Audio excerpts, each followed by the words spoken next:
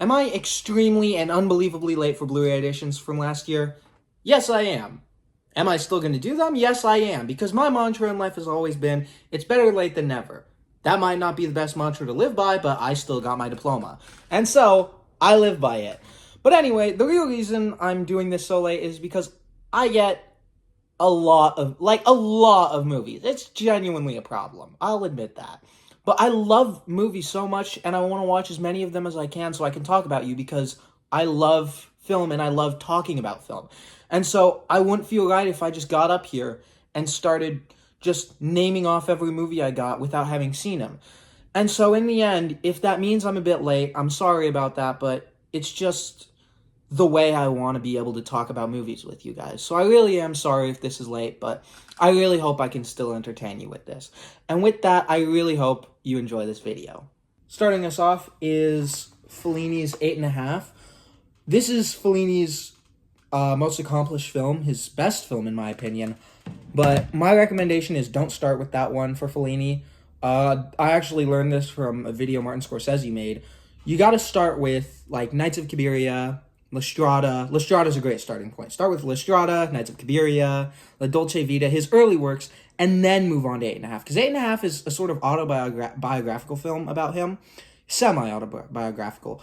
And it feels so much more powerful when you watch this movie about filmmaking after seeing the art that he's sort of justifying in his work now. And I think once you do that, it'll create just like a transcendent experience. I hate to sound pretentious, but really, 8.5 is one of the great movies about film. Next is 21, kind of like a mediocre movie. 50 First Dates, The 400 Blows, one of my favorite movies about childhood and just, growing up, having not really knowing where you're going to go in life, and Truffaut is just incredible. Adaptation, this actually is my favorite Nicolas Cage movie.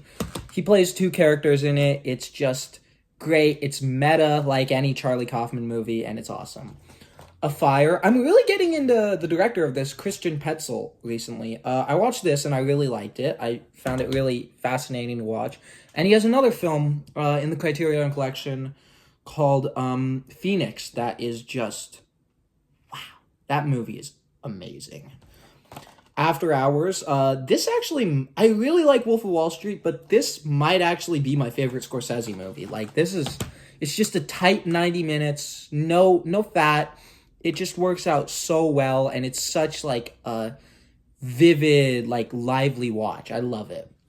Afterlife, another great movie about, the power of film. It's a slow burn, but Koreeda is just amazing. I love his movies. And Alphabet City. This movie is not very good. It's not good. But the greatest tragedy about this is, in the climax of this movie, they play a song called Lady Luck by a singer, I want to say her name is Margaret Moynihan.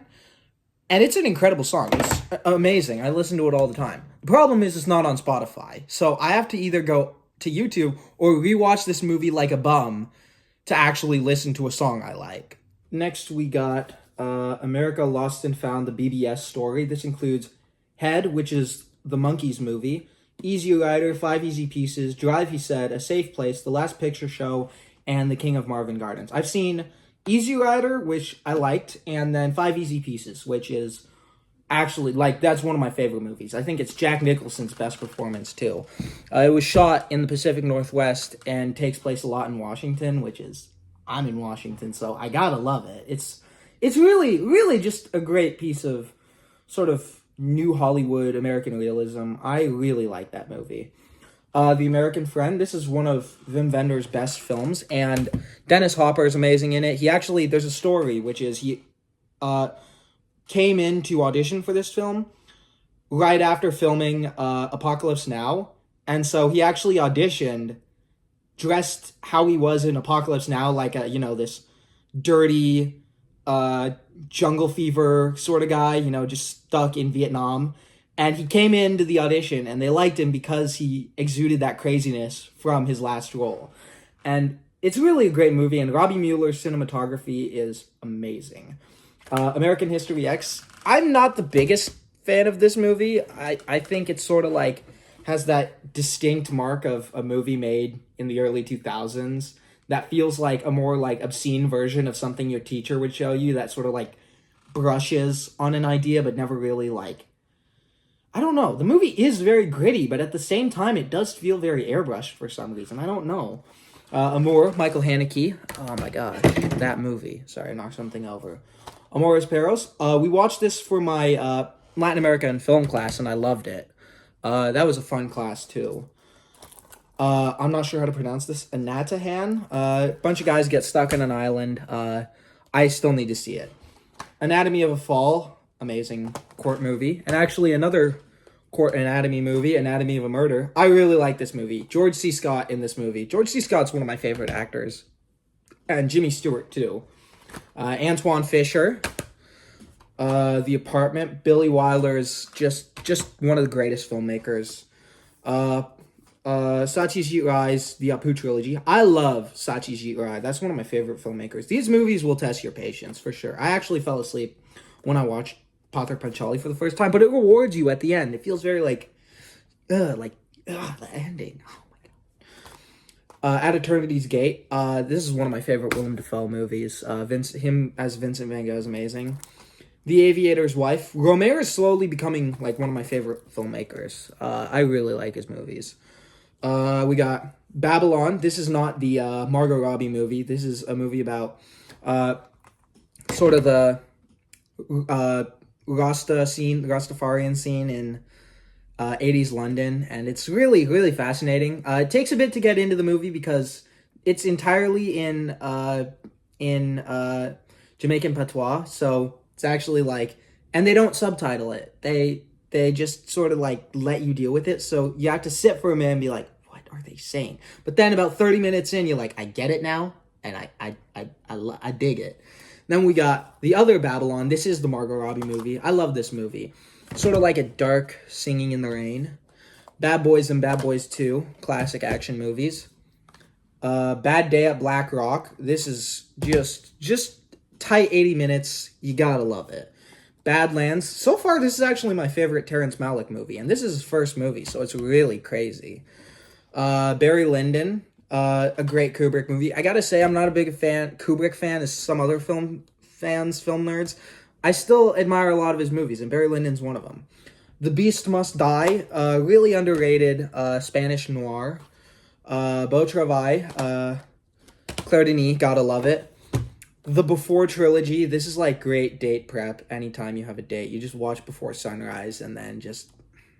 And actually, my current girlfriend, I watched the day before I went on my first date with her, I watched Before Sunrise, and then that went really well because we're still dating 3 months later. So, Begin Again. I really don't like this movie, which is kind of shocking. I like the music a lot, but just it's not hitting the same way John Carney's other movie, Sing Street, does for me. And Best Friends, the Tommy Wiseau, Greg Sestero follow-up to The Room. Then we got Bicycle Thieves. Oh, this movie. It's so sad, but it's good. The Big Chill, sort of like a Woody Allen movie minus the pedophiles. Bless Their Hearts, Bless Their Little Hearts, great film written by Charles Burnett. Blood and Black Lace, one of my favorite Giallo films.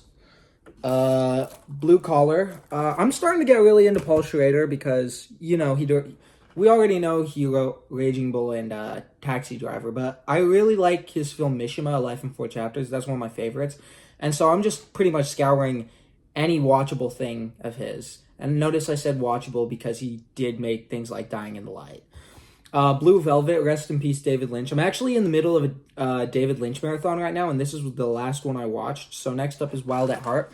And you're going to see a lot of David Lynch in here because I just bought all his movies before he passed during the Criterion sale in November. So I was like, this was around the time he got sick, and I was like, I got to watch all his movies. And now I am. Boat People. My family's Vietnamese, and so this movie is just really, really fascinating to watch about, Vietnamese life. My only complaint is I kind of wish it was made in Vietnamese, because it's in, it's, for the most part, I believe, it's in Japanese, but I kind of get it, but at the same time, I feel like it would have been better if you have a Vietnamese voice behind it. Body and Soul. Uh, Body Double. Brian De Palma movie. Love Brian De Palma. Boogie Nights. This is one of my favorite movies, and I have a hard time recommending it to anyone because I say, you're gonna love... You know what you should watch? You should watch Boogie Nights. It's one of my favorite movies. And they're like, what's it about? Well, the opening scene is really cool. And then I have to explain, like, it's about porn, but it's not porn itself. And that sounds very scummy to say, but it's... You gotta see that movie. Paul Thomas Anderson put his heart into that movie, man. You can tell he had his influences in Scorsese, and it works for that. Next, you got Booksmart. Bottle Rocket. I think last year in... Well, not last year. 2023, I did, I think, 3 separate Wes Anderson marathons, and every time I had to pirate Bottle Rocket because I was like, I'm not really in the mood to buy Bottle Rocket right now. Like, I don't like that movie very much. I still don't like that movie too much. It's not terrible, but, you know, it's not something I, like, go out of my way to watch unless I'm doing a Wes Anderson marathon. But he has a new movie coming out soon, so I figure let's get another one started. You got... Breathless. A lot of people say this is like the greatest French New Wave film ever. I do not like this movie at all. I think Godard is just like somebody I'm not compatible with. I don't like him as a person. I don't like his politics, and I really don't like his movies. And so in the end, it's just like Godard isn't a filmmaker that's clicked with me. Next, you got Breezy, Clint Eastwood movie. Brick, Rian Johnson, and Joseph Gordon-Levitt. I love Joseph Gordon-Levitt movies. And The Bride Wears Black, or The Bride Wore Black. Great Francis Truffaut movie. Or Francois Truffaut, sorry. And along with that, you can really tell the inspiration from that movie to Kill Bill. We got A Brighter Summer Day. This is well worth the 4 hours it is. It's a really, really long movie. So is Edward Yang's other movie, Yee, but... They're worth it, I promise. Broadcast News. This is actually... I don't want to say my favorite rom-com, but it's up there. I really like this movie. This is one of my favorites. I think it's definitely in my top 100, because that is just a phenomenal movie. Broker, another Koreeda movie. I still need to take the sticker off that. The Cabinet of Dr. Caligari. I was a bit intimidated by this at first, just because I was like, oh, a surrealist silent movie? Eh. But then I watched it, I was like, oh my god. And then the ending. Ugh, the ending. Cabin in the Woods. This is just a great horror comedy. I love that movie. And Richard Jenkins in that movie has such a small role, but he's so funny in that movie. Calvary. I still need to see this movie. But, you know, any movie about Christianity is A-okay in my book. Carrie, another Brian De Palma movie. I really like that movie. The Celebration. This is the first Dogme 95 movie by Thomas Vinterberg. This movie is insane, and I love it. The Dogme 95 movement is sort of a dogmatic approach to filmmaking around what they can and can't do within their movies and what they can and can't contain. And its essence is to strip... In its essence, its goal is to strip down filmmaking to its like bare necessities, and it really creates just an incredible movie in The Celebration. It really like empowers Vinterberg's voice. Chan is Missing by Wayne Wang. I love this movie. I like Wayne Wang's other movie in the Criterion Collection that I'll talk about in a minute. Children of Heaven, great Iranian film. I've been getting really into Iranian cinema recently. Children of Men, Chilly Scenes of Winter. I really like the movie Annie Hall, and this movie is... Well, Annie Hall is my favorite movie. Y'all know that. But this movie is very similar, and I love it for that. The Chosen Season 2. Me and my dad were watching all of it, and I just sort of needed this one before we found out it was on streaming. But The Chosen, I actually think that might be my favorite show of all time. Like, it is a phenomenal show. You don't even have to be Christian to like it. It would help, for sure, but the thing is, it's like Prince of Egypt, sort of. Like, just on its own, it's a really good piece of filmmaking that happens to be Christian. And then Cinema Paradiso. This is one of my favorite movies. This is one of those movies that immediately made it into the top 10 for me. A movie about cinema and love of cinema and growing up in love with film. I love that movie. next up we got City of God. If you're a fan of Scorsese, I would recommend this movie, but this is just such a great movie. Just like about the slums of Brazil, of Rio de Janeiro, and just sort of, I can't stress enough how much I love this movie. It is really good. It's amazing. Cloverfield, I remember when I first saw this, I thought it was like the scariest movie I ever saw. I rewatched it, and I was like, it's definitely just, it's got its moments, but it's not all that. But I remember being so embarrassed because I hyped it up to my whole family, like, this is the scariest movie I've ever seen. And then we watched it together, and I was like, crap, this movie kind of sucks. Come on. I like Joaquin Phoenix in this movie a lot. It's just really great movie, and the score for Come On is amazing. Cold Water, an Olivier Assayas film. I don't know if I'm pronouncing that right. That movie I really like, though. Come and See, a movie I will absolutely never watch again. That movie was horrifying, and it's not even a horror movie. The Conformist, just a cool movie. Like, this movie is so cool, and it's very deep at the same time. The Connection, The Cranes Are Flying, Crooklyn, Spike Lee movie, The Crow. I remember watching this, like, sort of in mourning when they made the Crow remake, and I had a bunch of people being like, oh, the Crow remake's gonna be so good, and then I watched the original. I was like, first of all, they don't need a remake. Secondly, I'm betting now this movie's gonna suck, and it was actually like the worst movie of 2024. Cure, this is one of my favorite movies of all time. This is such a good movie, and if you watch it, you can really feel the influence it had on a lot of American cinema. This is a Japanese film, but you can see its influence in movies like Seven or The Batman. A lot of like really dark and gritty crime, murder, mystery movies that you see now. A lot of them actually take inspiration from Cure, and it's kind of incredible to see that originally in that movie. And along with that, on its own, oh my god, that movie's so good. Curse of the Golden Flower. This is one of my all-time favorite movies. Daisies. I love this movie. Just the cinematography in it is amazing. And just sort of the free-flowing, nonsensical nature of it really is something. It's 76 minutes, and it makes no sense. And I kind of love it for that. It's just two girls named Marie being girls and scamming rich guys out of their food. And it's awesome. Days of Heaven, another Terrence Malick movie. I like this movie too. I need to rewatch it though, because I feel like I didn't fully understand it, fully get it on the first time. I feel like there's more to sort of like unpack on it. Decision to Leave, Park Chan-wook, one of my favorite Korean directors.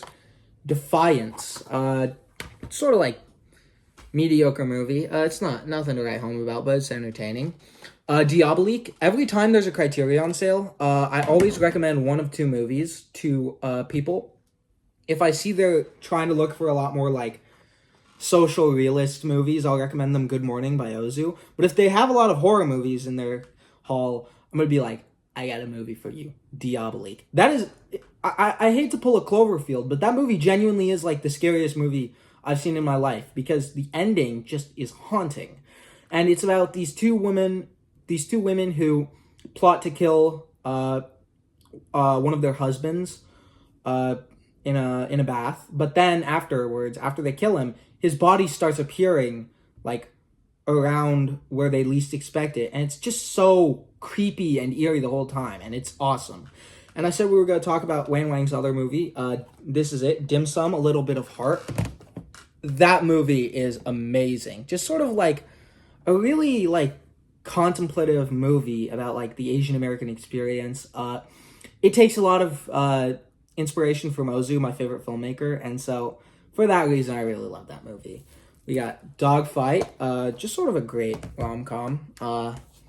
La Dolce Vita. This is actually really rare, and so I'm really happy I found it for like $15 or something. Doubt. I still need to see this movie because I love Philip Seymour Hoffman. La Dolos. I hope I'm pronouncing that right. Jean-Pierre Melville movie, though. I love Melville's movies. Le Cercle Rouge is awesome. Dream Scenario, another Nicolas Cage movie. This movie I didn't really love, but like I still liked it. You know what I mean? Like it's just sort of like, it's never a movie I'm like, man, When I think of Nicolas Cage's best movies, I think Leaving Las Vegas, I think The Rock, Con Air, Adaptation, and Dream Scenario. Dream Scenario is like sort of like B tier Nicolas Cage for me. Dr. Horrible's sing-along blog, probably the craziest thrift I've ever found for like $3. This is rare too. But this movie's so funny. They made it during a writer's strike, actually, and so it's really just strange. Like, the music in it is like really catchy too for some reason. Like, I have My Freeze Ray on my playlist, you know. It's such a good song. It goes like, Laundry Day.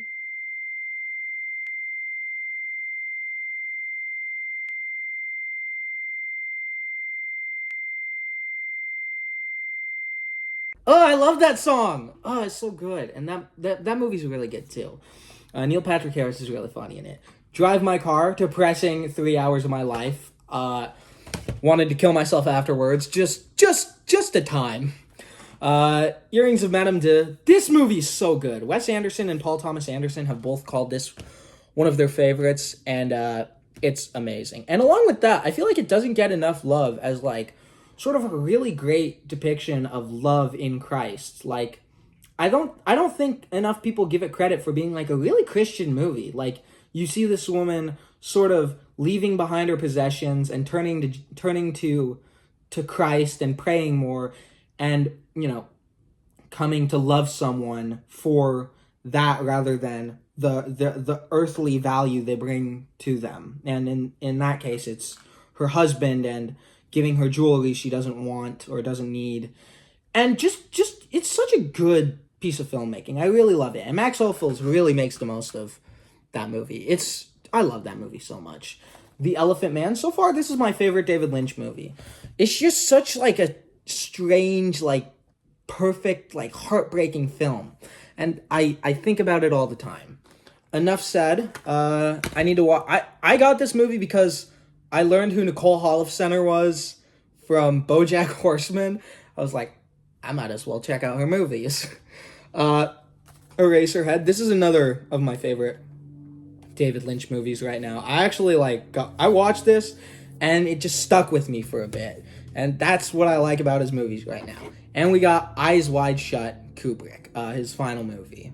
Then we got Eyi Mofe, This Is My Desire. Great Nigerian film. And the movie itself looks beautiful. Like, this is such a well-shot movie. Fallen Leaves.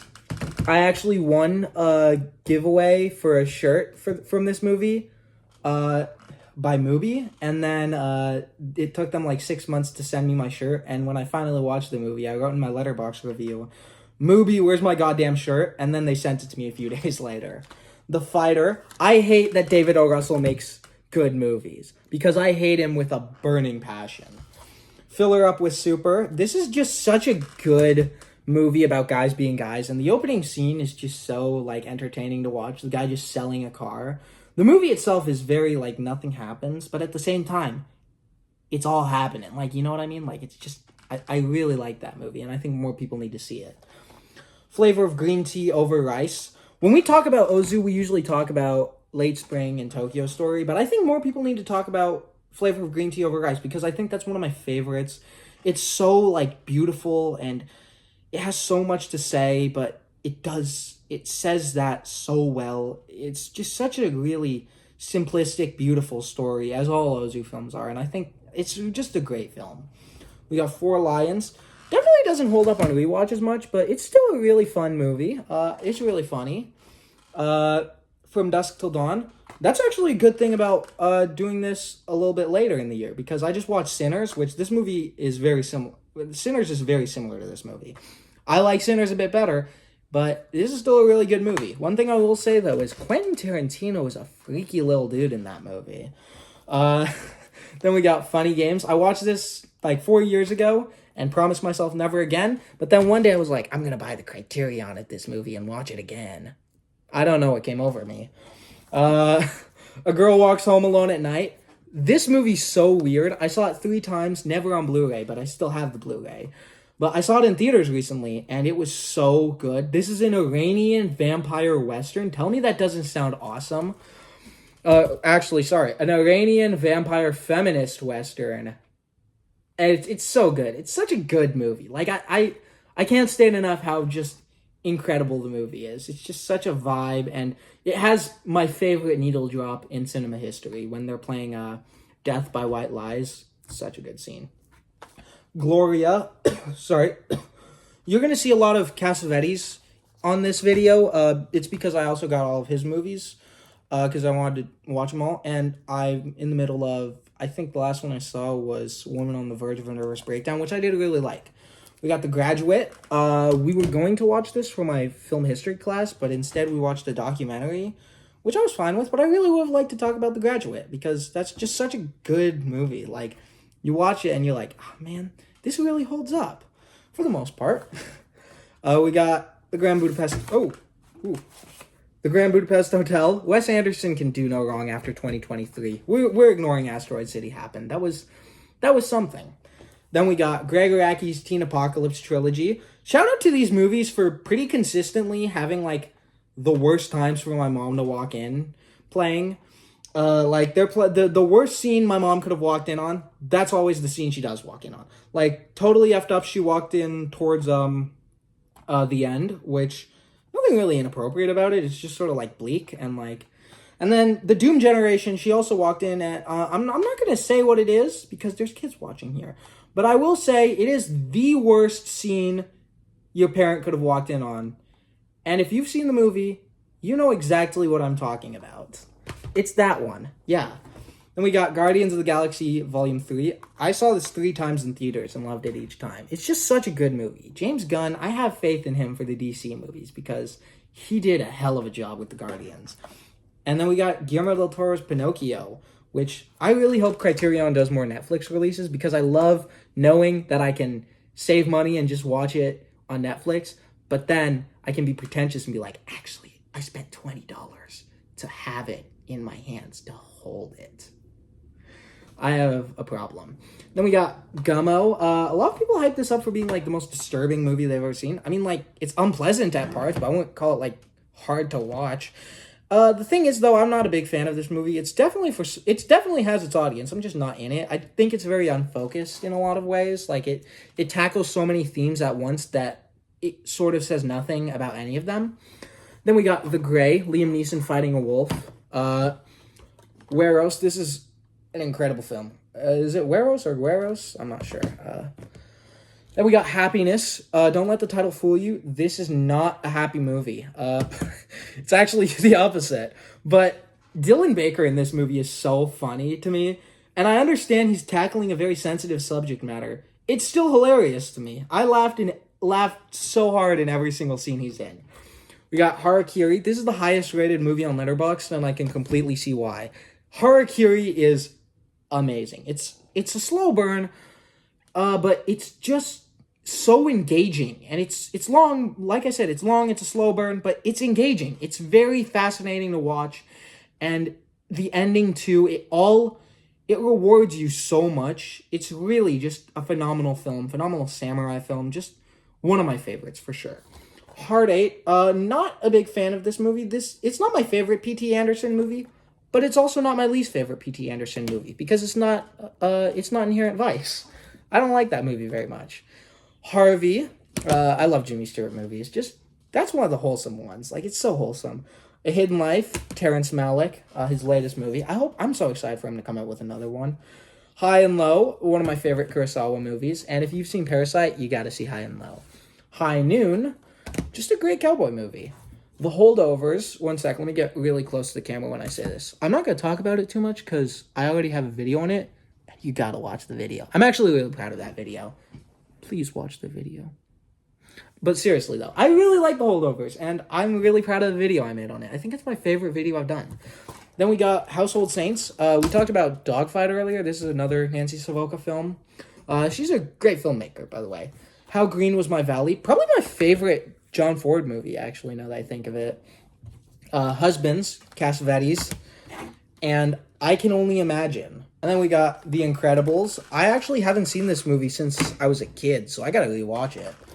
The Informant. I love, like, comedy movies, comedy drama movies about, finance and business, like The Wolf of Wall Street or like The Big Short sort of thing. And The Informant is like one of those, and I really like it for that. It's actually my favorite Steven Soderbergh. Well, I don't know if it's that or Magic. I really like Magic Mike Double XL. Like, both the Magic Mike movies are up there, but like with The Informant. I love those movies. Oh, and also the Ocean's movies. Oh, shoot, yeah. Anyways, Inland Empire. This is actually the David Lynch movie I'm dreading watching the most because it's his 3-hour movie that he shot on a camcorder that no one understands. And I get all of his movies are hard to understand, but that movie's really, really hard to understand. So I'm going to keep an open mind, though. Then we got The In-Laws. Peter Falk in this movie. That's all I have to say. Peter Falk. Just hilarious. Inside Llewyn Davis. This is one of my favorite movies of all time. It's my second favorite Coen Brothers movie. Nothing can beat Oh Brother Where Art Thou. I love that movie. But everything about that movie just works perfectly. You know, the Coen Brothers are at the top of their game. Oscar Isaac as Llewyn Davis is so incredible. The music in that movie is amazing. I haven't seen country music look that good since Nashville, actually. And it's just, Inside Llewyn Davis is incredible. Then we got The Interview. This movie's really stupid. I don't like it. I just think it's very not funny. Into the Wild. This scratches the itch that literally every man has had at least once in their life to just go abandon everything and live in the wild. I actually just texted my girlfriend the other day. Hey, do you know who Chris McCandless is? And it was over. It's over. I don't mean we broke up, but I mean it's over for me. Like, I'm cooked. If I'm thinking about that now, like, shoot, this is the last you'll see me. I'm gonna go live in the woods now and be a nomad. But genuinely, Into the Wild is just one of those movies that really makes you sit back and think like, wow, this world is beautiful and filled with all these amazing people. I like Into the Wild a lot. It's a really great movie. Irma Vep. Another Olivier Assayas film. I really hope I'm pronouncing that correctly. Great double feature of... You can do a double feature of Irma Vep with two different movies. With the 1920 serial Los Vampiros, which, is, inspired by. Or with Olivier Assayas' other great film, Cold Water. Either one works. I prefer Los Vampiros, even though it's, it's a serial, so it's like 10 hours. But still. Then you got The Iron Claw. This movie's great. Makes me cry, makes me, stand up and cheer. Like, that sounds cheesy, but really, this is a great film. Like, I watched it in theaters, immediately got it as soon as it came out on Blu-ray. Just an incredible film. And Zac Efron not getting nominated for an Oscar. And Bradley Cooper getting nominated for... Oh my god, I hate Maestro for taking everything that could have belonged to The Iron Claw. Like, I genuinely hate that movie more because this movie exists. Anyways, enough negativity. Actually, a bit more negativity. I saw the TV Glow. I have a love-hate relationship with this movie. Because on one hand, I really, really love this movie. I saw it in theaters 3 times, and every time it, really hits home. And there's a scene, it's all about, a guy who, a large part of his identity is just this TV show, consuming media. And I was like, damn, that hit home. But, it is a really great film. And there's this scene towards the end with Justice Smith that, I'm not going to spoil it, but, it's just, wow, it hits, It just makes you feel horrible. But the reason I also, the hate part of it was, the second time I saw that in theaters was actually How I Met My First Girlfriend, who, I'm not even exaggerating, was so evil that she literally was a direct relative of Adolf Hitler. She's one of Hitler's last living relatives. That's not even an exaggeration or a falsehood. That's the truth. But anyways, for real, no more negativity for now. We're all good, guys. Let's be positive. We got It Happened One Night. That is a positive movie.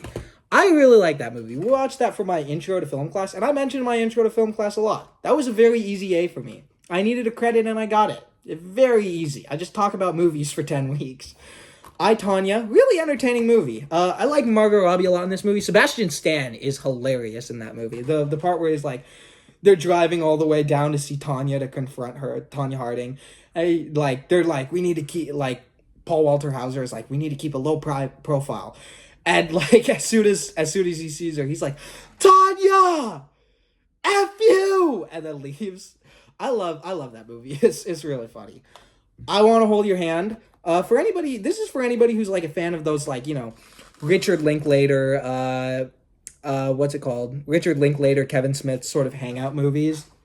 but also likes the Beatles a lot. It's all about these people hanging out the day the Beatles perform on Ed Sullivan, and it's really entertaining. And it's Robert Zemeckis' first film. You know, Robert Zemeckis, Back to the Future, Back to the Future, Forrest Gump. It's just a good movie.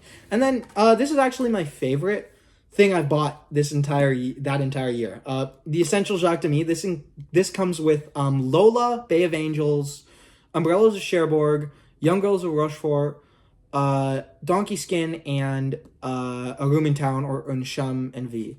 Of all of these, my favorite is easily The Young Girls of Rochefort. That's like a top 5 movie for me. Like, it is an amazing movie. It's pure movie-making magic. It really just feels incredible. It's actually one of the only movies that, like, genuinely had me on the edge of my seat and then actually getting up to cheer towards the end. Like, you'll know what I'm talking about when you see it. Like, there's this part where you know something's gonna happen. You're like, yes! Ugh!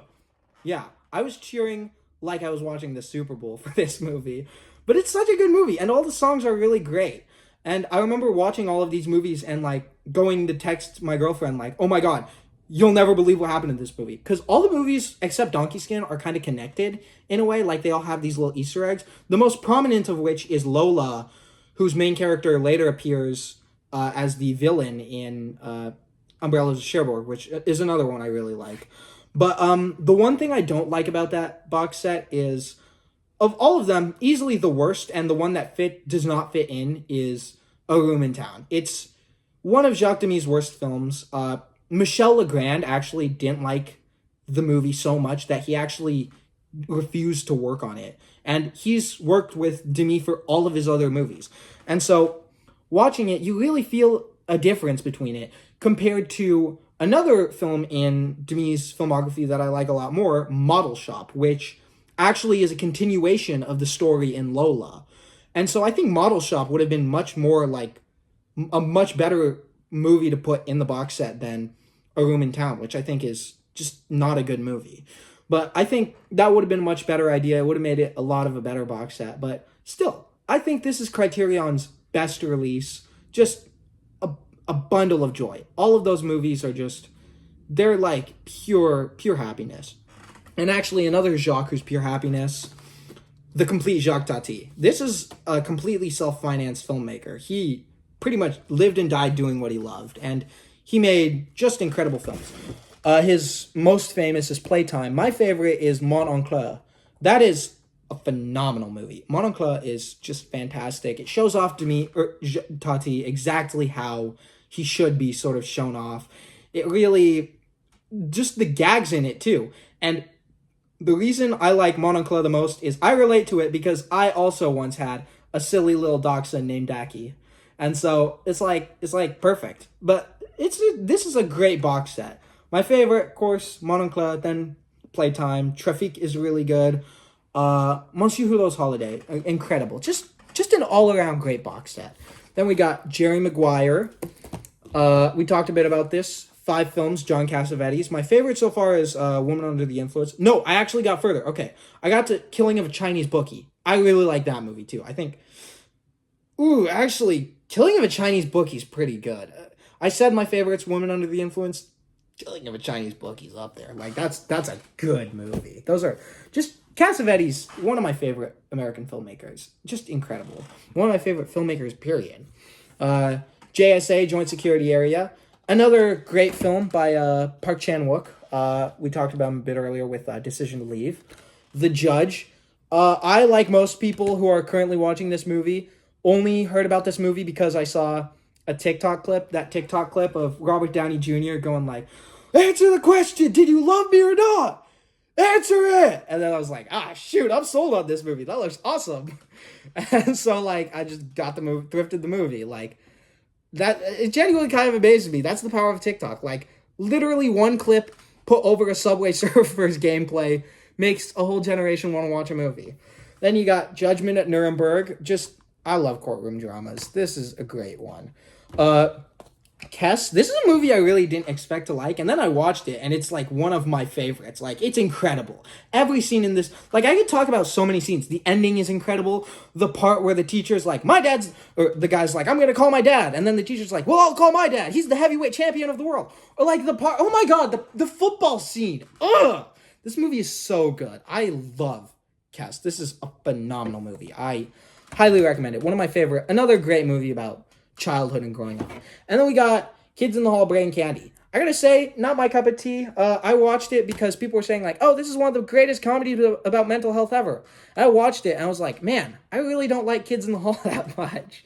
No hate if you do. It's just not my, style of comedy. Killer Clowns from Outer Space. Just an incredibly fun movie. I love this movie because it doesn't try and be anything else than a really silly movie about clowns being just crazy. Kingdom of Heaven. This movie, at first I really liked it, but then I started watching it a lot more, and I'm like, man, this movie kind of sucks. Like, it's a movie about Christianity that essentially refuses to be anything about Christianity. Like, it actually, there's a part where they pretty much like reject it overall and say like, it doesn't matter, and they sort of imply like all religions lead to God, which, is heresy, but it's just sort of like, I'm not the biggest fan of Kingdom of Heaven, but I do like it as an epic, I don't like it as a movie, but I like the spectacle. That's a good way to put it. Quiet-On, another Kobayashi film. I don't like this more than Harakiri, but I still really like this movie. It's amazing. Lady Bird. This is a great film. A24 actually has another movie like this called When You Finish Saving the World. When is it going to get a physical release? A24, I am begging you. Please, When You Finish Saving the World Blu-ray. Please. I'll take a DVD of it. Please. Seriously, I love that movie. And I love Lady Bird, too. I think that actually might be my favorite Greta Gerwig film. Lady Snowblood. Another influence on Kill Bill. We just talked about the Brad wore black. That's another influence on Kill Bill for sure. And I really like Lady Snowblood. Last Black Man in San Francisco. Oh my gosh, this movie. Oh gosh, it's beautiful. And it looks incredible. Lenore Will Never Die. Oh my gosh. Oh, what a great tribute to Filipino cinema of all things. And that movie is insane. If you're a fan of Everything Everywhere All at Once, I would highly recommend Lenore Will Never Die. They have sort of that same vibe, The Life and Death of Colonel Blimp. Probably my favorite Powell and Pressburger movie. It's a really good movie. Life is Beautiful. We don't talk about how much I cried in that movie. Just waterworks, dude. But, it's... Oh, my gosh. Probably... I hate to say it like it's a positive thing, but this is my favorite Holocaust movie. Just so, That's not the... This is one of the most powerful Holocaust movies. That's a great way to put it. Life is Sweet. Just a really wholesome movie that you'd be surprised that Mike Leigh made this, and then immediately after made another movie that we're going to talk about in a second. Lilies of the Field, one of my favorite Christian films ever, and Sidney Poitier in that film. Oh my gosh, Sidney Poitier is such a good actor. Lil Kinkin, gotta see this movie. It's 4 hours. Limelight, a great Charlie Chaplin film. Actually, this makes a great double feature with Sunset Boulevard, in my opinion. The Long Goodbye, one of my favorite Robert Altman films. Just Elliot Gould in this movie is so funny. And also, Arnold Schwarzenegger is in this movie. And it's weird because, this was before he was famous. You just see, there was one scene I was watching, and then, I was watching this alone. And then randomly, I was just like, is that Arnold Schwarzenegger? And, it's just so random because, just out of nowhere, you're just watching this movie and you're like, damn, this is a really good movie. Robert Altman makes a great movie. This feels a lot like a Tarantino movie. And you're just like, why is Arnold Schwarzenegger in his underwear? What? It's a really great movie, though. And we got Lost Highway. Love and Mercy. This is one of my favorite music biopics. Before we got hit by the really crappy Bohemian Rhapsody epidemic where, we got some of the worst, most generic slop for music biopics, but Love and Mercy is one of the great ones, especially since it really leans into that surreal Pet Sounds sort of vibe of it that really fits the tone really well. And both Paul Dano and I'm blanking. I'm so sorry. I'm blanking on the name. John Cusack. Why did I blank on that? John Cusack and Paul Dano are both incredible in that movie, and I really like that movie a lot. Then we got Love Streams. I'm so happy that John Cassavetes ended his career on this movie, and I'm really happy he did not direct another movie that was mostly a favorite of Peter Falk. I'm so happy he ended his career on a high note. Then we got M. This is one of the movies that really got me to fall in love with cinema, like, on a technical level. Like, I've always been sort of like, this is a good movie, this is a good movie, this is a movie I enjoy. But this one was like, I really enjoy this movie, and it's for, like, things like the sound design, the editing, what it withholds from the audience, the way it's written, the directing, just everything. And the performance by Peter Lorre. This is just really a phenomenal film. I could watch this any day. I love this movie. The one thing I will say, though, the one thing I don't like about this Criterion is I absolutely hate how the subtitles aren't yellow, because the subtitles are white, and there's actually scenes where, like, you can't read the movie. Like, you know that scene in Austin Powers where, like, the woman is talking, but she's wearing white, and so it would spell out, like, a dirty sentence, but then she would move, and it spells, like, a normal sentence. It felt like that with this movie. Like, I really wish, if the subtitles were yellow in this movie, it would have been a perfect Criterion release. Because M is just one of my favorite movies. I love that movie. Madame Rosa, great film with Simone Signoret. Hold on. Am I pronouncing that right? Signoret, yeah. Okay, cool. Malcolm X, this is actually my favorite Spike Lee movie. I really like BlacKkKlansman, but Malcolm X is just incredible. And Denzel does so good at portraying this very, like, flawed but powerful like, I think if there's anyone who's going to portray, like, such a powerful black man in, you know, like, it's got to be Denzel. Denzel is just incredible as Malcolm X, and this is one that made me want to, like, read more about him. Like, I watched this and then went to go read the autobiography of Malcolm X. Like, it's amazing. I love that movie. Manchester by the Sea, really depressing movie, but I love it. Magnolia, one of my favorite Paul Thomas Anderson movies. I think about the opening scene to this movie with, like, not the part where they're talking about the coincidences, but, like, the opening titles where, you know, with One by Amy Mann. I think about that, like, every single day. Sometimes I'll, like, text people about, like, dude, you want to hear about something awesome? And I'll explain exactly the Magnolia opening scene. It's a problem. A Man for All Seasons. Definitely a flawed movie. I like this movie a lot for being a Christian film. But the reason I don't like it is, well, I think it glorifies, what's his name? It glorifies Thomas More a lot too much, because on one hand, like, yeah, good for him for standing up to the king and defending the Catholic faith. But this was also a guy who was, like, sending people to their deaths because they translated the Bible. Like, I understand, like, he did a good thing, but, like, also he was, you know, like, killing people, essentially. So, not the biggest fan of Man for All Seasons, but on its own, had it been not based on a true story, would have been a great movie. But it's really that drags it down.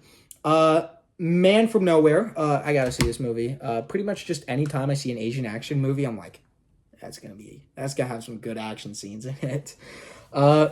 Marty, this is such a simple movie, but I really like it. Ernest Borgnine is so great in this film, and the ending too, like, puts a big smile on my face. Like, hey, what are you doing with your life? You gotta be ashamed of yourself. Like, I love this movie. It's so funny. It's so good. Patty Chayefsky just is so, the way he wrote that movie is so good. Really one of the great writers, like Network, Marty, just phenomenal writer. Mallrats, I actually just watched this. This is probably one of the only times I laughed out loud for, like, a full minute from a movie. And it was from the opening monologue where the guy's like, oh, you know, my cousin once got a cat stuck up his butt. It was so funny for no reason. It had absolutely nothing to do with the rest of the movie, but it was so funny. I think this actually might be my favorite Kevin Smith movie. And working at the mall really, like I work at the mall right now, and this really, like, puts a new, like, spin on it. You're like, oh man, that's real. Like, And by the way, having mentioned that, fun fact for you guys, if you guys yell at a minimum wage employee, you'll get a 50% off discount, definitely. That's the way it works. Then we got Mary and Max. I really like this movie. I like Adam Elliott's films. I like this movie and I like Memoir of a Snail. I like this one a little bit better, but this one's it's just a really phenomenal film. Very depressing, but very like heartwarming at the same time. You know, uh, McCabe and Miss Miller. I need to rewatch this movie a few times. I gotta say I wasn't the biggest fan of it the first time I saw it, but that's because like I feel I kind of expected it to be like The Long Goodbye or Nashville, where it's like a very fast paced, like accessible film that has, incorporates Altman's sort of signature cynicism, but this is all cynicism. So I gotta rewatch it. The big thing I liked about it, I do like this movie a lot. I just think going into it knowing like it's gonna be like a bit of a slow burn will help a lot more. And because I expected like a Western, like an actual Western, but it's still very good. And the one thing I like about this movie, set in Washington. Fictional town in Washington, but still set in Washington, so you gotta love it. Megamind, I unironically think this is like a perfect movie. Like, I love Megamind. Melancholia, Lars von Trier gets some help. I really think that guy needs like a hug or like a therapist. And then Mephisto. Definitely a hard movie to explain when I was showing my Letterboxd top 4 because of, the swastika. But this is a really good film. It's the classic tale of Faust, the man who sells his soul to the devil for talent and for, fame. But, earthly pleasures, that sort of thing. But the really interesting thing about this movie is it takes that classic German tale and adapts it to, the devil, like, the Nazi party being a stand-in for the devil. And it's about this actor who gets famous playing Mephisto, but he essentially gets famous because he starts, like, getting more chummy with the Nazi party and sort of, like, trying to work his way in. And you see him sort of spiral into this, like, this evil. And it's really just a phenomenal film about how gradual and how slow evil, like, creeps into a person's life. And I really like Mephisto a lot. All right, and then we got Michael Clayton, George Clooney movie. I love this movie. Another really great, like, sort of business movie, although this is more like a thriller, but still, like, finance movies. I don't know what it is. I like them. Mikey and Nikki. I think this might actually be my favorite Elaine May film. I really like The Heartbreak Kid, but this is just a great film about, like, growing apart from your friends and like realizing what's different between you. And the performances from Peter Falk and from John Cassavetes are just incredible in this movie.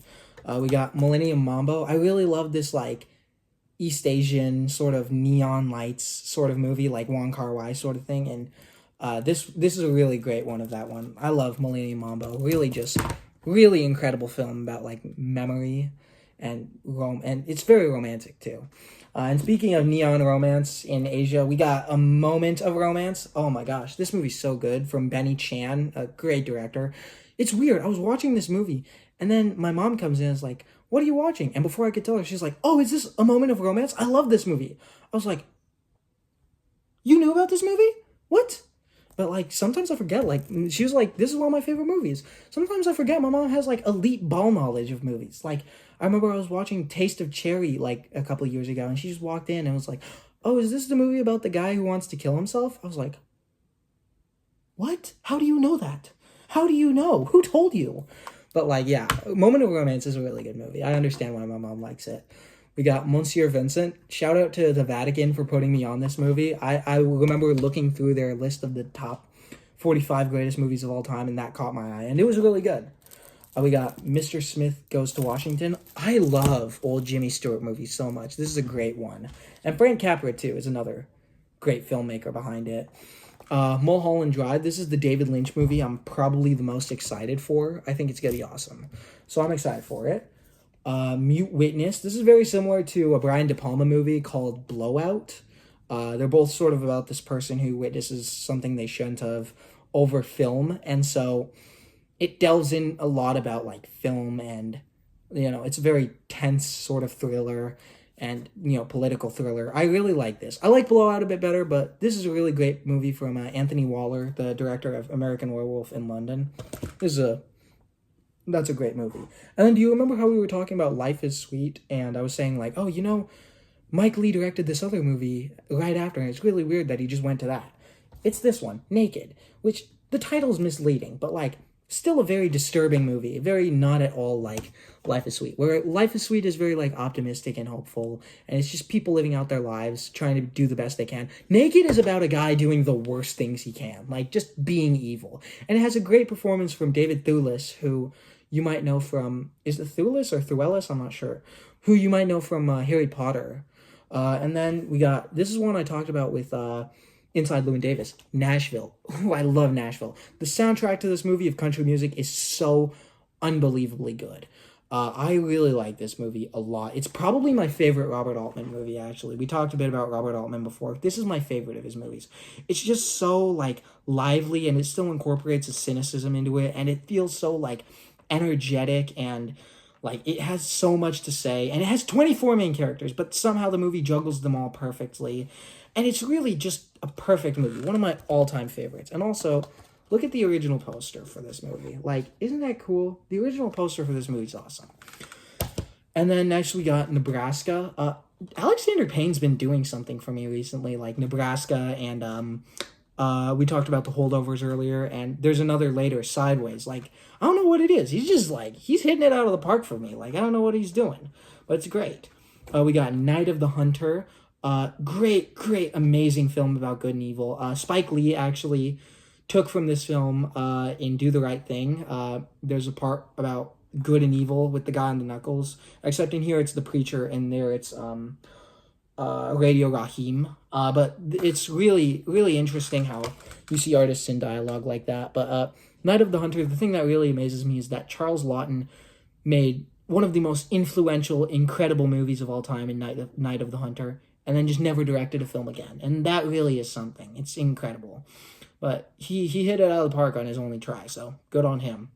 Next we got Nine. Now I have a lot to say about this movie. Firstly, if it weren't for Megalopolis coming out last year, this actually might be the worst movie of all time. Nine is, remember the movie we talked about 8.5 earlier? Well, Nine is called Nine because it's based on a musical that is a musical interpretation of 8.5. And they call it Nine because they said, oh, well, it's a musical, so those musical numbers add that extra half to it. That's not why it's called 8.5. It's not like out of a rating of 10, you idiot. It's called 8.5 because Fellini made 7.5 films before that, counting a documentary as half, and this is now his 8.5 film. Oh my god. And then along with that, it has the audacity to be like, oh, we have a bit more over, one of the greatest movies of all time. You know how bad this movie is? Aside from the fact that it makes absolutely no sense, aside from the fact that it's extremely unentertaining, the worst part about this movie is somehow it's so bad they got Daniel Day-Lewis to phone it in. You know how hard you have to try to make a movie that bad? Like, and this wasn't even Daniel Day-Lewis in a lull either. This wasn't like him just like, oh yeah, I just won my Oscar, I might as well just phone it in the next few ones, I'm getting money anyway. No, this was Daniel Day-Lewis made, in 2007, he made There Will Be Blood, then he made Nine, then he made Lincoln. This was in between two of his best performances, and he phoned it in for Nine. That's how bad Nine is. It's genuinely just an awful movie. The songs in it are catchy, but they're ultimately totally meaningless and pointless. They feel like a modern pop song. Like, they might be nice to listen to, but then you actually listen to the lyrics and you're like, wow, this is terrible. This is like Emilia Perez in English. That's what this movie feels like. I would actually compare this to Emilia Perez for worst movie of all time. It's a really, really bad movie, and I have a deep-seated hatred for this movie. I think it's one of the worst movies, if not the worst movie I've ever seen in my life. But anyways, back to being positive. Let's be nice now. Let's all love each other. We got Nope next. I love this film. I think this actually might be my favorite Jordan Peele film. I really like Get Out. I like Us, but Nope just hits it out of the park. The themes, the love of film in it. This is a movie about, I love movies about film. So I like Nope a lot. And the ending too is just incredible. I really love Nope. This is just a phenomenal film. Next we got Old Boy, probably one of the worst theater experiences I've ever had in my life because I watched this movie with my mom, my brother, and his girlfriend. And I tried to explain to them this wasn't a K-drama, but they just heard it was Korean and they were like, oh yeah, it must be a K-drama. It is not a K-drama. This is this is definitely the most disturbing film I've ever seen in my entire life. It is very, very hard to watch at times. But yeah, they came out and they were like, why didn't you tell us? I was like, I mean, I don't want to spoil it, but like, I told you as much as I can without spoiling the movie that this is not a K-drama. It's not like a wholesome movie where people fall in love. But like, Oldboy is one of my favorite movies. It's a tense, fast-paced thriller. It's really just an incredible movie. And then right after Oldboy, we got Old Joy. This is another great film. This is I hate to keep bringing up double features, but this makes a great double feature with Mikey and Nikki for like a movie about just sort of like falling apart with your friends, like just sort of it not being the same after that. It's really, really like the silence speaks so clearly in this movie. Like despite being just like a quick 79 minutes, this movie feels like it feels so heavy and so like meditative, and I love it. Next up we got, this is one of my all-time favorite movies, One Cut of the Dead. This is a zombie movie about a group of filmmakers trying to make a zombie movie while a zombie apocalypse is going on outside. And that's all I can say about it because I don't want to give away too much. But like, this movie really is just incredible. Like, it reminds me a lot of Barbarian from 2022. How like there's this part that happens in the middle and you're like, oh my god, what's there to do now? Like, what's gonna happen? And you like, after that, you're like, you have no idea where the movie's going after that. And it works so well for that. And One Cut of the Dead, by far one of my favorite films of all time. It's another movie about film and love of film and art, and I love it for that. And sort of like the collaborative nature of film. I really can't say enough highly about One Cut of the Dead, but it's easily my favorite horror movie. You gotta see it. Next we got On the Waterfront, Marlon Brando. A lot of people will say this is like the greatest movie of all time. I think it's a good movie for sure. I don't really think it lived up to the hype as much as I expected. It is a historically significant film for sure, but it didn't really hit me like everyone else said it would. But I admire it still. We got The Passenger, Antonioni. Great Jack Nicholson film too. Jack Nicholson, I really like him in The Shining, but like the movies I've been seeing him in, especially that movie we talked about earlier, 5 Easy Pieces, that's like my favorite performance ever by him. But like, he's such a good actor. Like, oh my gosh. Then we got Patton. This is one of my favorite movies to watch on the 4th of July other than Nashville. Like, I love the opening monologue by George C. Scott, who's, like I said, one of my favorite actors. I love the opening monologue of like, no poor bastard ever won a war by dying for his country. He won by making the other poor dumb bastard die for his country. I love this movie. It's so funny, but it's so like epic in its scale. It's spectacular. Really, Patton's just an incredible film. Next, we got Perfect Days. This is my favorite movie as of right now of 2023. Like, this is one of my favorite movies of all time. It's in my top 10. It's just such a beautiful, simplistic film it's about this guy this elderly toilet cleaner in Japan who's like finding beauty in the mundane and like in everyday life. And it sounds very boring, and it is a slow burn for sure. It definitely tests your patience, but it's a movie that makes you smile so big and really shows you the beauty in everyday life. And I love it for that. Really, it's just an incredible film by Wim Wenders. And he also clearly wears his inspirations on his sleeve from his favorite filmmaker, his mentor, Ozu. Like, he found great inspiration in Ozu's films. And so Perfect Days is really just like his exploration of Ozu's sort of distinct style of filmmaking. And I love it for that too. Then we got The Piano, Jane Campion. What is with my pronunciation? We got The Player, Robert Altman. Another Robert Altman movie. We got a few Robert Altman movies in here. This is one of my favorites because I think this or Nashville are like the perfect places to start with him because it gets that like cynicism going, but it also has like a very accessible nature to it compared to things like McCabe and Miss Miller, which is a lot more like distinct Altman sort of. But The Player is so funny because like it has little distinct moments, little like tiny moments that really make up for it, that make you think like, this is hilarious. Like, there's a running joke where Tim Robbins' character is always ordering a different brand of bottled water, but he never once drinks it, ever. Or like, the movie opens with these two guys talking about the greatest opening tracking scene and how it's 5 minutes long or 8 minutes long, but it's an 11-minute tracking scene that they're doing it in. So it's really, The Player is really, really funny movie. I love that movie. The producers, I kind of expected this to be a lot more like, I hate to sound like a snob, but I thought it would be like a lot more thoughtful or like smart with it, but it's a lot of just sort of like screaming, which is fine, but I expected it to be a lot more like Blazing Saddles, like that sort of Mel Brooks movie, than like this movie felt like a modern version, or an older version of The Interview, like an older, slightly more funny version of The Interview. And, you know, the producers, it was a fine movie, but like the first few minutes of just Zero Mostel and Gene Wilder just screaming into each other's ears, like, that's hard to get through, man. But, you know, it's an okay movie.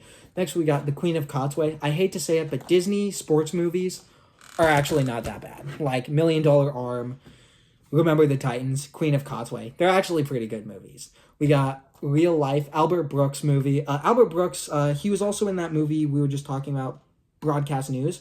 He didn't direct that movie, but he did direct this movie. And this movie's hilarious. It's about this guy who, like, tries to create this cinema verite analysis of American life by monitoring this family, but instead he just totally ruins their life.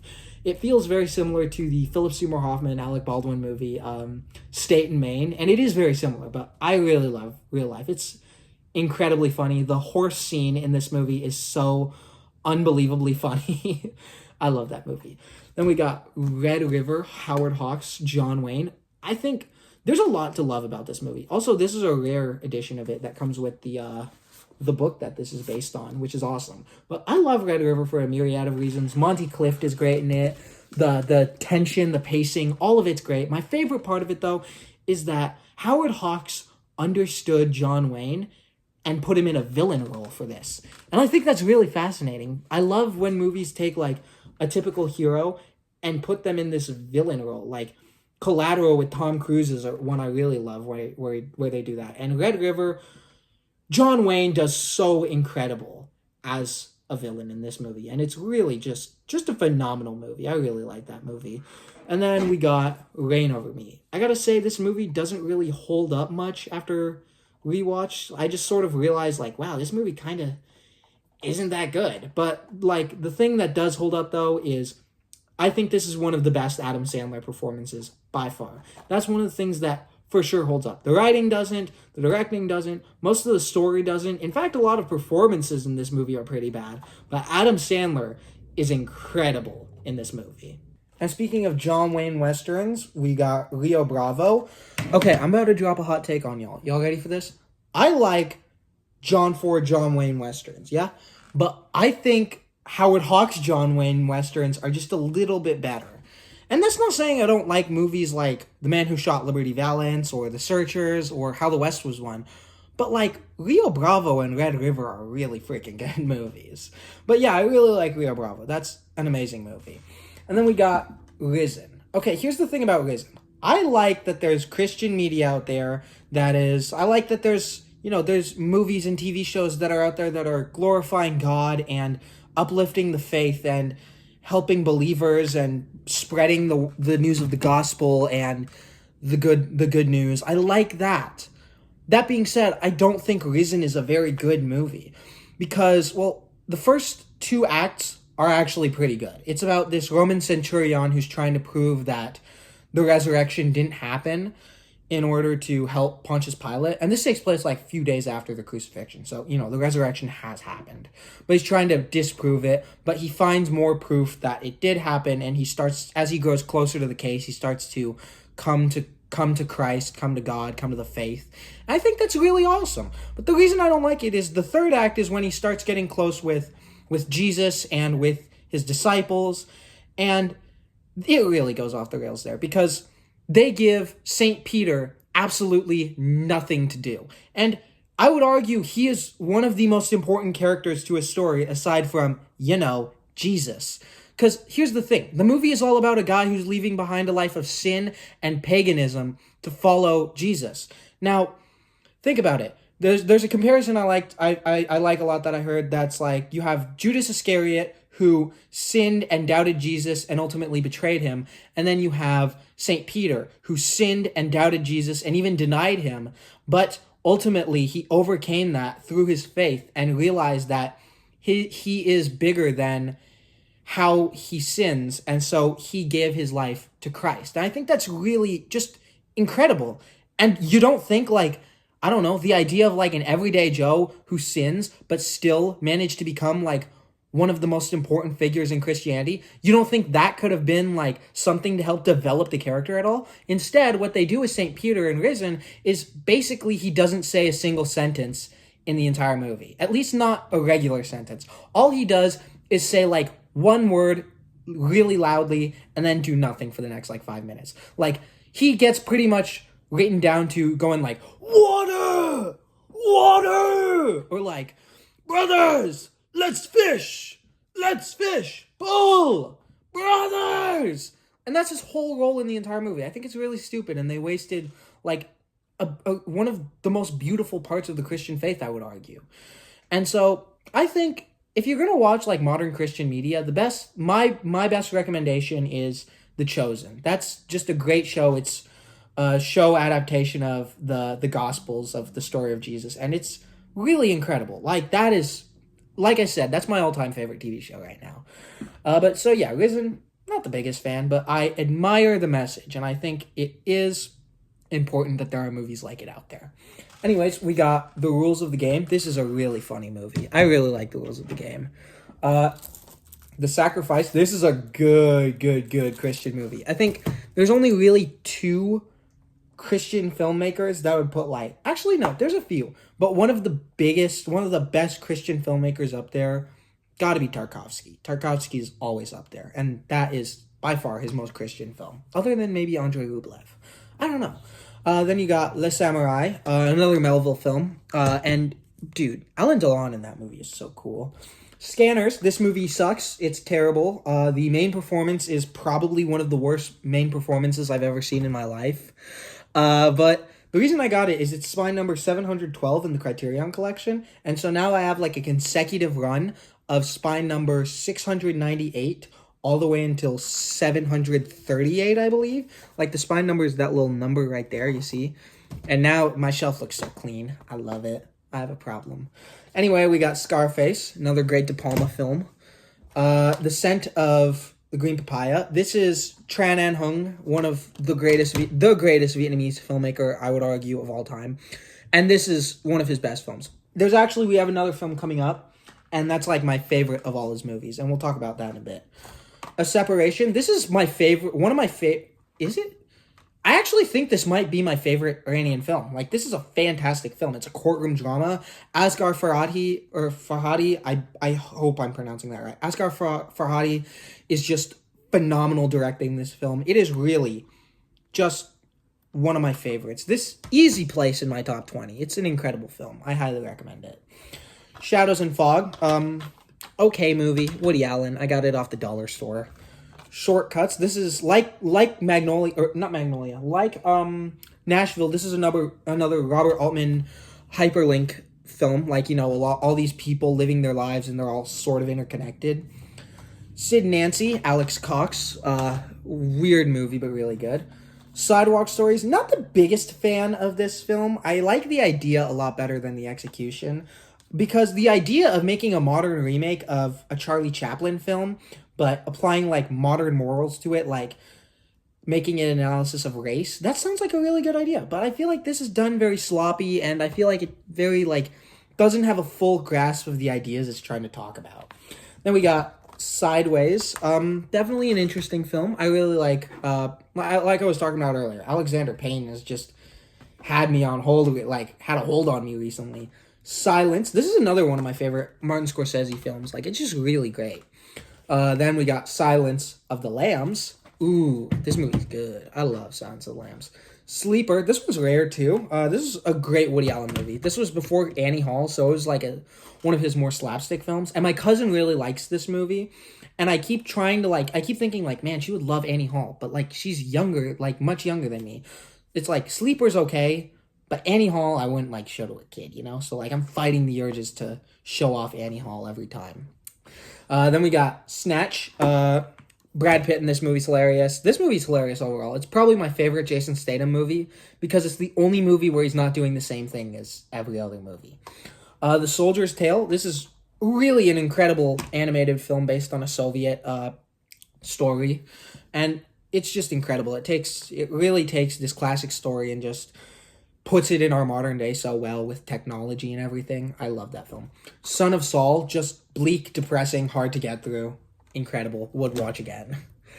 A Special Day. This is a really sad movie. I still need to open this Blu-ray. Some of these I haven't opened the Blu-ray, but like I saw them like years ago when I was first getting into film. But now I'm like, I won't open the Blu-ray just so I have it open. The Spectacular Now. I don't really like this movie at all. Well, no, that's not true. I kind of like it, but like I think it's like really like mushy and sentimental. Like I'm not a big fan of it. The Squid and the Whale and Running with Scissors. I could care less about Running with Scissors, but The Squid and the Whale is one of my favorite movies. I love that movie. It's so good. Stalker, another Tarkovsky film. Love Stalker. Stardust Memories. We were talking a bit earlier about that movie 9 that I said was like the worst movie ever. Interestingly enough, this is like 9, how it's like it takes heavy inspiration from 8.5, but while 9 is trying to one up 8.5 or half up more like, this is more like Woody Allen taking his own self-hating tribute and making like a parody of 9.5 or of 8.5. And it's really like a great like tribute to Fellini rather than like we can do this better than you. Anything you can do, I can do better, but with music. It's stupid, but I like Stardust Memories. And a lot of film historians consider that to be like the end of like the great run Woody Allen had from Annie Hall up until Stardust Memories. Like all those were like his best films. And then after that, he sort of hit and miss a lot more. That's sort of like the consensus with Woody Allen films.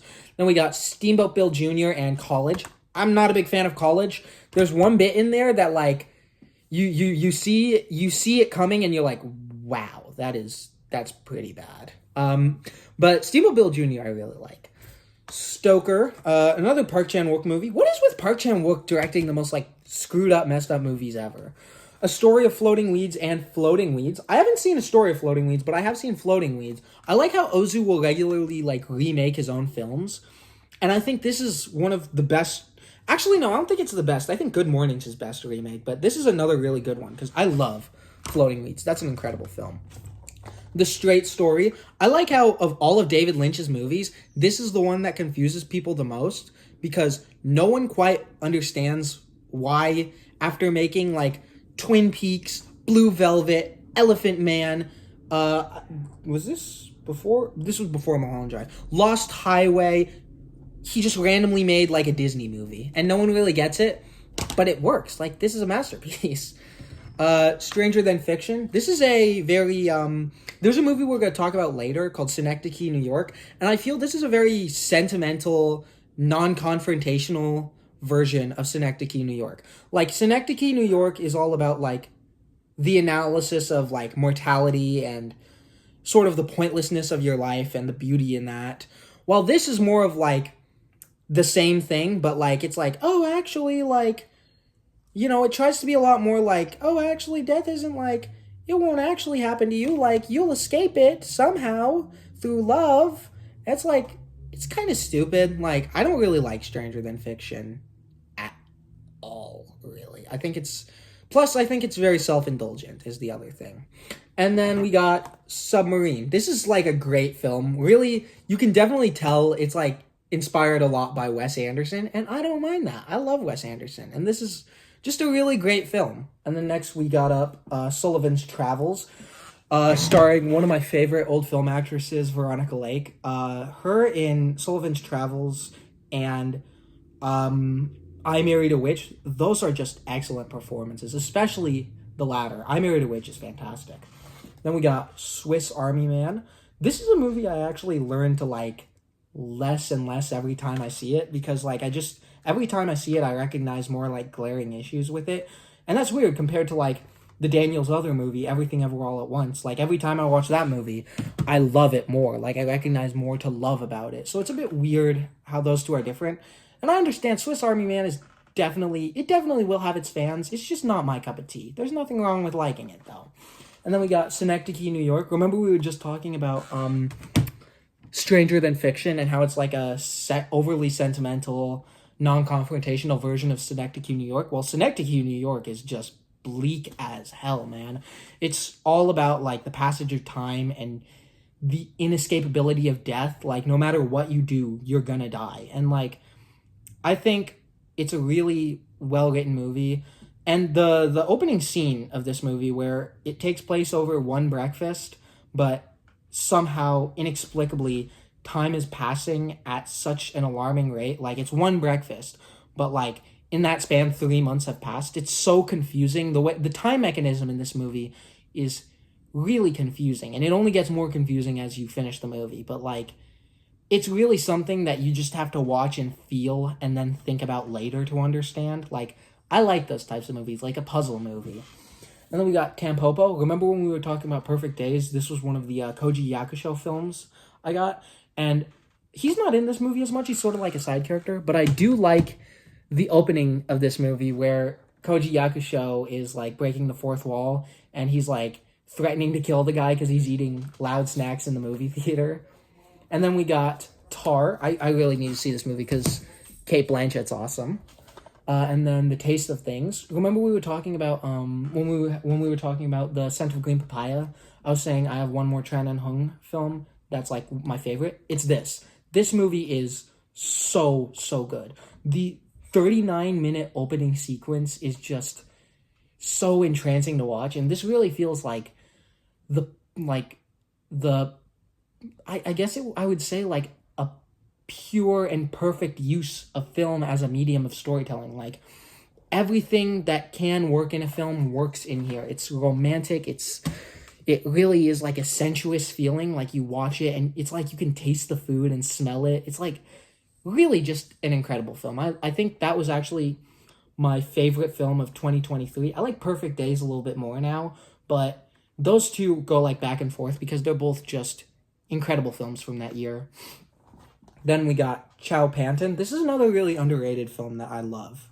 Taste of Things, underrated too. This one's really underrated. It's a great crime thriller about this gas station clerk who befriends a young hood, and it's really just really good it's really cool to watch. It does get a bit weirder in the later half when it becomes more of like an action movie, but I think the opening part of it is really solid. And even then, like that back half that's a bit more of like a tonal shift, it still works. Like it's not a bad movie after that. It's still a very good movie. Highly recommend checking it out.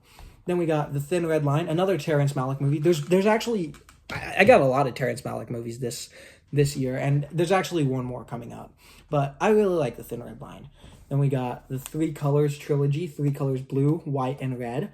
I gotta say, this is like my MCU. The way these movies are all like slightly interconnected and they all come to a head in Three Colors Red, that's like my end game. Like, and I think Three Colors Blue is incredible. Three Colors White is really underrated. Three Colors Red is easily my favorite. And probably my favorite part in all these movies is the part in Three Colors Blue where Juliette Binoche's character is like, she can feel so little, like, emotionally, that she's, like, dragging her knuckle across a brick wall to try and feel something. I was like, that really stuck with me. That was a really, really interesting idea.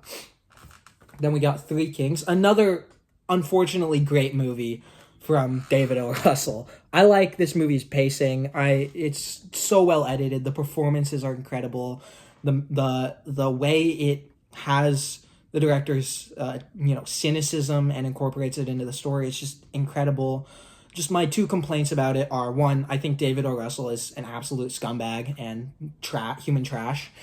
And two, the other problem is the sentiment. I know this isn't what they were going for, but the movie, like watching it now and putting it into context of like what was to come after it was released in 1998, it sort of seems like it's like in favor of the Iraq War, you know what I mean? And I know that's not what they were trying to do, but like that's how it comes across sometimes, just a little bit.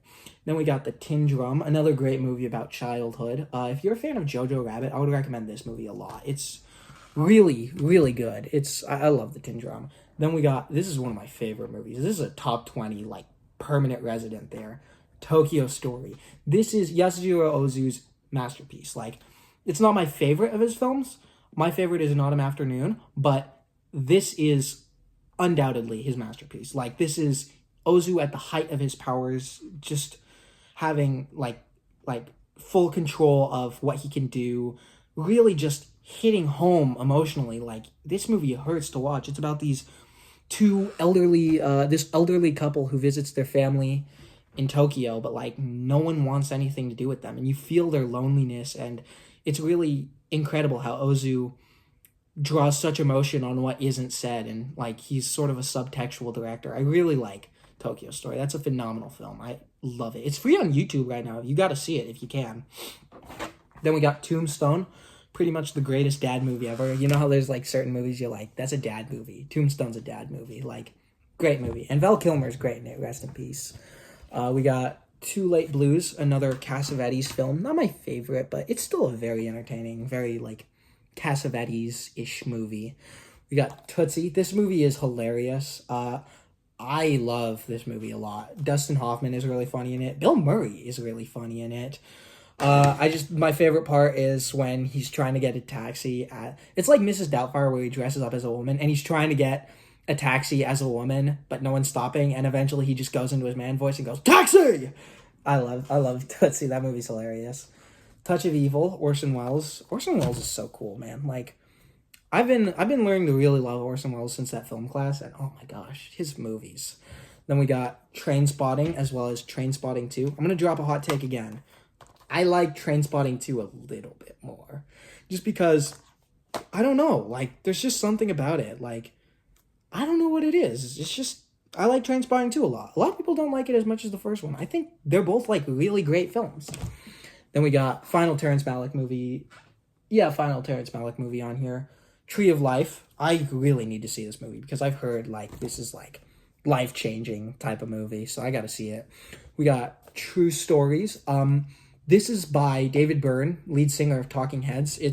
Talking Heads is one of my favorite bands, and the album that this is for is really not their best album, True Stories, but the movie itself is phenomenal, and I wish David Byrne directed more movies because he really had a distinct voice from True Stories, and that the fact that it's his only movie is really, really unfortunate because I like True Stories a lot. I think it's great. John Goodman is always as great in it. David Byrne himself is great. The opening scene is like straight out of a Vonnegut novel, sort of. It's really incredible. I love True Stories. Then we got Twin Peaks and Twin Peaks The Return. This is upcoming on the David Lynch marathon. I'm really excited for this one. I remember trying to watch Twin Peaks a while ago, but I was like, what the hell is happening? Because I didn't know who David Lynch was yet. I thought it would be a straightforward crime drama.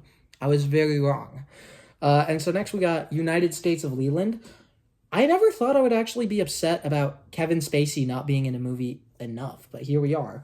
This movie really feels very unfocused and like it has no real goal in what it's trying to say. It's not my favorite. It's not a very good movie in my opinion. But Ryan Gosling's in it, and Kevin Spacey and Don Cheadle are all in it, and that's cool.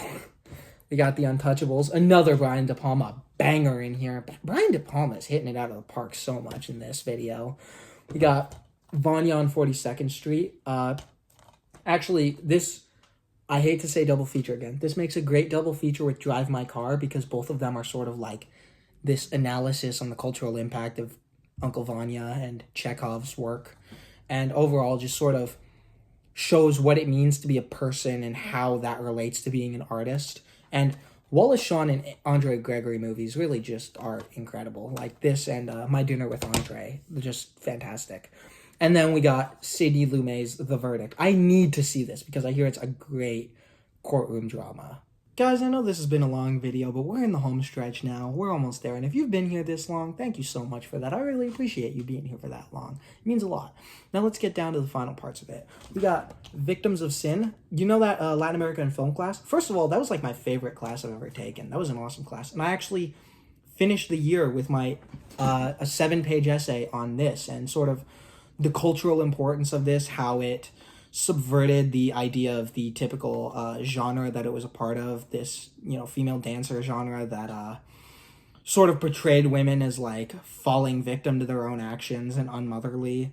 And this one, on the other hand, it uplifts its female protagonist. And along with that, there's a really like historically significant scene in here where Ninon Silva, the main actress, is performing a dance because she's like a dancer.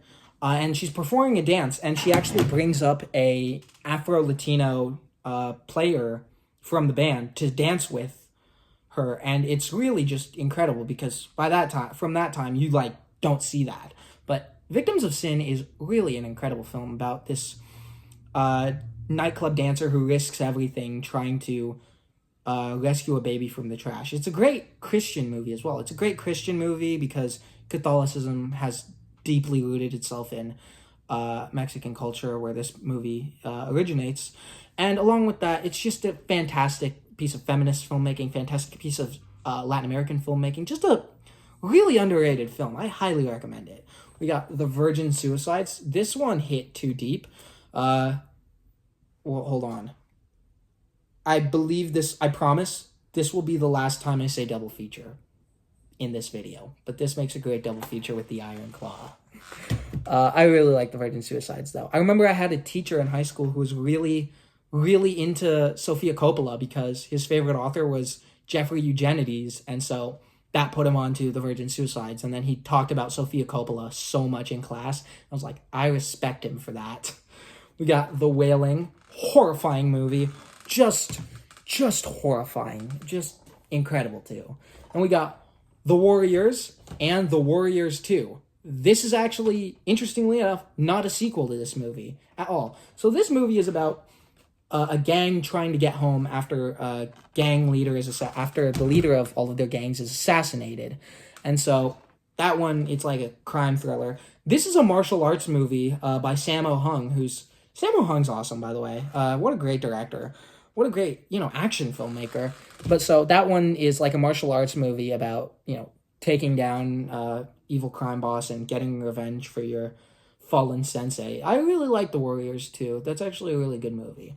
Then we got Wild at Heart. This is next up on the David Lynch marathon, and I really need to see it. David Lynch with Nicolas Cage. Ooh, that's about to go good. That's about to be good. I know. And then we got Wild Leads. I actually haven't seen this movie or really read anything about it, but I remember just seeing it in the store and thinking like, wow, that's cheap and I've never heard of it, so I'll just buy it. That's how I get like weird movies, in case you're ever wondering like, how do you find these movies that like no one's heard of? I don't do much research. I just go to the movie store, I just go to the record store, and like I see something, I'm like, I've never heard of that movie before. Might as well check it out. The Wind Will Carry Us. I'm so mad because this was rare. This copy was rare until Criterion re-released it, their own format. So this is Cohen Media Group, but then Criterion did their own release of it, and now this is worthless, which is annoying for sure, but I still like this film a lot. It's by Abbas Kiarostami, one of my favorite filmmakers of all time, a great Iranian filmmaker. He also made a great film called Close Up that I love. And then, so we got another Wim Wenders film we've had so far, Paris, Texas. No, not Paris, Texas. American Friend, Perfect Days. Was there another? And then now we got Wings of Desire. I need to see this film because this is actually one of the ones I haven't seen, but I've heard really good things about it, so I'm going to have to see it. Woman in the Dunes, slow burn for sure, but it pays off so well. And this is really just like a fascinating movie. It's something that at first I didn't really appreciate it, but as time went on, I started to like think more about it, and I was like, wow, this actually is really, really deep. Like, it's incredible. And I really like Woman in the Dunes. It's very, just incredible. And the way, it's so romantic too. Women on the Verge of a Nervous Breakdown. I gotta shout someone out for this. So whenever I go to the Criterion sale at Barnes & Noble, a lot of times I'll try and like have a conversation with somebody, like, because I'm a friendly guy. I just go out and talk to people. But so like, I remember there was this one guy I was talking to named, interestingly enough, he had the same name as my brother. His name was Patrick. And I was like, oh, what are you getting? He was like, he showed me what he's getting. I'm like, oh, cool, man. He was like, oh, you know what movie you should get? And then he's like a Latin American guy. He was like, and I was telling him like, oh yeah, I'm looking for more Latin American cinema because I'm in this Latin America in film class. He was like, you know what movie you should get? Pulls this off the shelf, gives it to me. You need to get that. I was like, got it, man. And I got it. And shout out to Patrick because like this was a great movie. Women on the Verge of a Nervous Breakdown, got to be one of my favorite movies. And it introduced me to Almodovar, who I knew he existed, but like I was not familiar with Almodovar's game like that. He's just a good director. Like I like his style. Then we got The Worst Person in the World. Oh my gosh, this movie. I'm so excited for Joaquin Trio to make a new movie this year too. That's gonna be cool. We got Yours and Yourself, Hong Sang-soo. What a guy. I like his movies. And then finally, ending us off is, this one's rare, Zelig. Great Woody Allen movie about essentially just like a guy who can miraculously transform into anyone. It's like the literal form of a social chameleon. I really like Zelig. I think this movie's hilarious. It's one of my favorite Woody Allen movies. And it's also the only movie I've ever seen where the Jewish director inserts himself behind Hitler to go wave at his girlfriend. And I think that's hilarious. But I think Zelig's a really great movie. Well, that's going to do it for my long video. Thank you so much, you guys, for watching. I really appreciate it. I said it before, but I do really appreciate you guys for sticking around for this and supporting me through that. Thank you very much. I'm so sorry it's late. I really hope you did enjoy this video, though. Before you leave, why don't you tell me if there was anything here that was like one of your favorite movies? Or if you can't think of anyone, how about you recommend me something more to buy to contribute to my addiction? Or if you don't want to do that, just tell me to stop and spend my money more wisely. After you do that, you can head on out. Stay safe and watch good movies. Bye!